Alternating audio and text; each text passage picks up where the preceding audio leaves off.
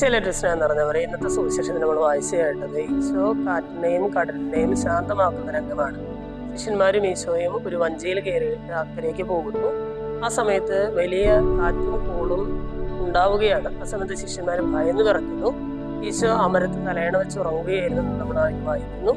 ഏറ്റവും ഒടുവിൽ ശിഷ്യന്മാർ ഈശോയെ വിളിച്ചുണർത്തുകയാണ്. ഞങ്ങൾ നശിക്കാൻ പോകുന്നു, നീ അത് ഗൗനിക്കുന്നില്ലേ എന്ന് ചോദിക്കുകയാണ്. ഈശോ ഉടനടി എണീറ്റ് വളരെ കൂളായിട്ട് കാറ്റിനെയും കടലിനെയും ശാന്തമാക്കുകയാണ്. ഇന്നത്തെ സുവിശേഷം നമ്മളെ പഠിപ്പിക്കുന്ന വലിയൊരു കാര്യമാണ്. അതായത് ഈശോ ഉള്ള വഞ്ചി നശിച്ചു പോകാനായിട്ട് ഈശോ അനുവദിക്കില്ല എന്നുള്ളതാണ്. ഈശോ നമ്മുടെ വഞ്ചിയിലുണ്ടെങ്കിൽ ആ വഞ്ചി നശിച്ചു പോകാനായിട്ട് ഈശോ ഇടയാക്കുകയില്ല. ആ വഞ്ചിയിലുള്ളവരും നശിച്ചു പോകാനായിട്ട് ഈശോ ഇടയാക്കുകയില്ല. ഇന്നത്തെ സുവിശേഷ ഭാഗമായി ചെയ്യുമ്പോൾ ഈ ഒരു പ്രത്യാശ നമ്മൾ നയിക്കുന്നു.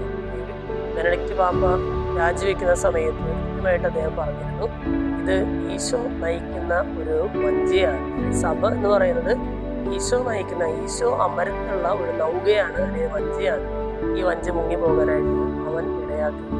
സ്നേഹമുള്ളവരെ, ഇന്നത്തെ സുവിശേഷമായി ചെയ്യുമ്പോൾ നമുക്കൊന്ന് ചിന്തിച്ച് നോക്കാം. നമ്മുടെ ജീവിതവും ഈശോ ഉള്ള വഞ്ചിക്ക് സമാനമാണോ എന്ന് ചിന്തിച്ച് നോക്കാം. ഈശോ നമ്മുടെ ജീവിതത്തിലുണ്ടെങ്കിൽ ആ വഞ്ചിയിൽ കാറ്റും കോളും വന്നാൽ പോലും അതിനെ തകർത്ത് കളയാനായിട്ട്, ആ ജീവിതമാകുന്ന ആ വഞ്ചി നശിച്ചു പോകാനായിട്ട്, ആ വഞ്ചിയിലുള്ളവരും നശിച്ചു പോകാനായിട്ട് ഈശോ ഇടയാക്കി.